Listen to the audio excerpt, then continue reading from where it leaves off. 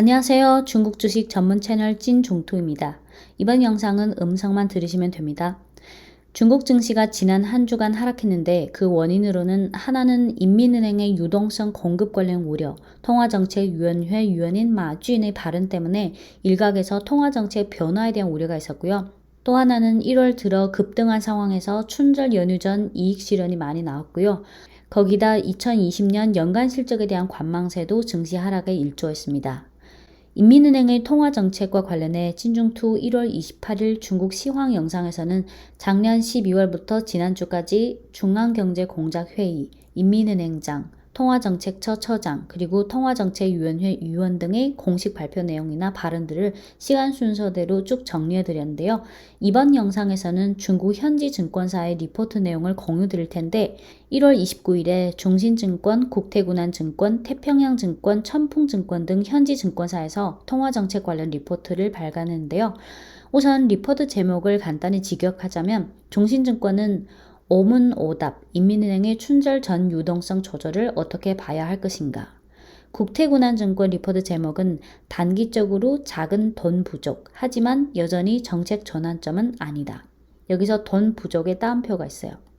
태평양증권의 리포트 제목은 인민은행의 통화정책 전환에 대한 재토론. 천풍증권은 인민은행은 도대체 무슨 뜻인가? 이번 영상에서는 우선 중신증권 리포트 내용을 공유 드릴게요. 중신증권은 우선 한 단락으로 요약했고 이어서 본문에서 오문오답식으로 풀어서 설명했는데요. 첫 단락 요약본은 다음과 같습니다. 1월 말 인민은행의 유동성 순공급이 예상치를 하회하는 등 이슈의 영향으로 시중금리가 빨리 상승하면서 시장에서 춘절 전 유동성 환경의 변화에 대해 우려하는 분위기가 있었다.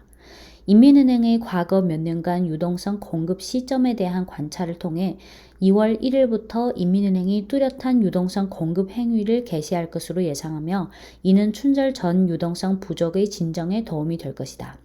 인민은행이 춘절 전에 14일과 28일 만기 OMO, MLF, 인클루시브 금융 선택적 지준율 인하를 통해 총 1.7조 위안의 유동성을 공급할 것으로 예상한다.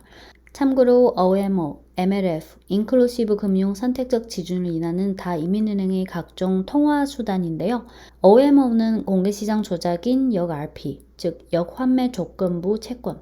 MLF는 중기 유동성 지원 창구를 말하고 인클루시브 금융 선택적 지준율 인하라는 건 대형과 중형은행의 전체 대출에서 농촌 생산, 빈곤자 대출, 학자금 대출, 창업담보대출, 소상공인 대출, 초소형 기업 대출의 비중이 일정한 비중에 달한 은행에 대해 0.5%포인트 또는 1.5%포인트의 지준율 우대를 주는 것이에요. 중신증권은 인민은행이 춘절 전에 이러한 통화수단을 통해 1.7조 위안의 유동성을 제공할 것으로 예상하고 올해 통화정책은 온화하게 퇴출할 것이라는 판단에 변화가 없으며 올 연내 기준금리 변화의 가능성은 비교적 작다고 전망한다. 이어서 본문은 5개 질문으로 구성되는데요. 첫 번째 질문, 최근 왜 유동성 환경이 시장의 주목을 받았는가? 최근 시중금리 상승이 뚜렷한 것은 인민은행의 자금 순공급의 예상치 하회와 비교적 큰 관련이 있다. 1월 중순 이래 인민은행의 공개시장 조작은 순공급에서 점차 순회수로 변화했는데 1월 한 달간 순회수 규모는 2,164억 위안에 달했다.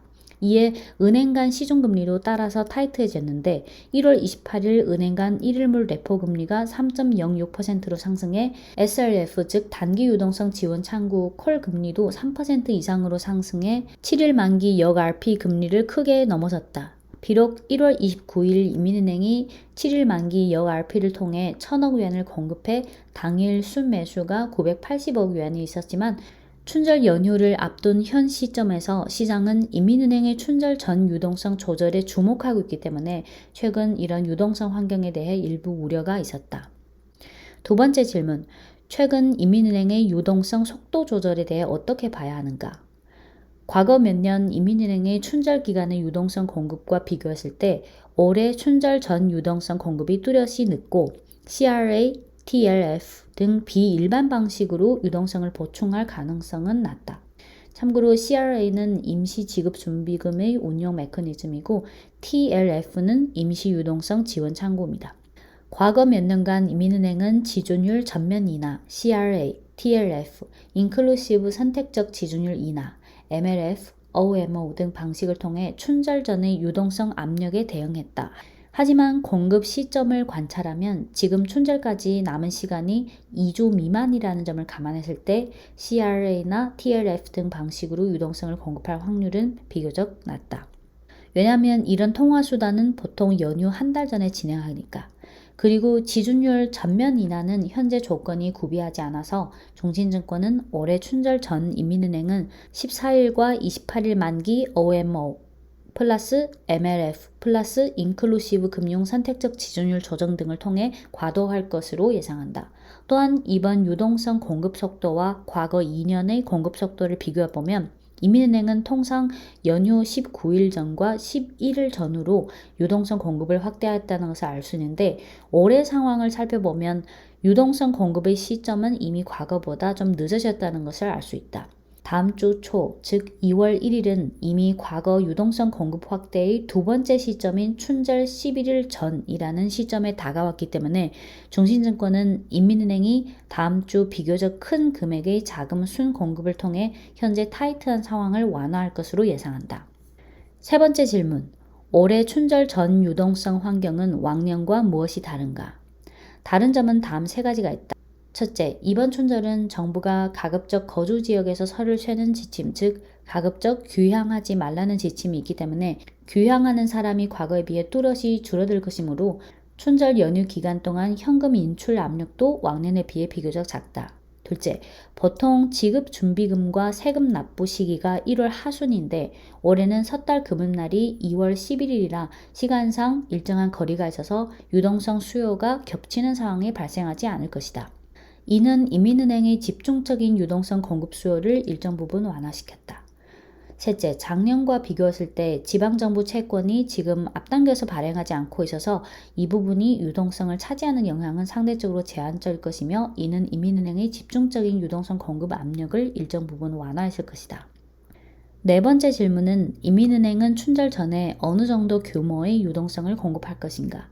인민은행이 춘절 전에 14일, 28일 만기 OMO, 그리고 MLF, 그리고 인클루시브 금융 선택적 지준율 인하를 통해 총 1.7조 위안 규모의 유동성을 공급할 것으로 예상하며 다음 주에 1조 위안 이상 순공급할 것으로 예상한다. 과거 2년간의 경험을 참고했을 때 올해 인민은행은 춘절 전에 주로 14일 만기 OMO 등 방식으로 과도해서 유동성을 보충할 것으로 예상한다.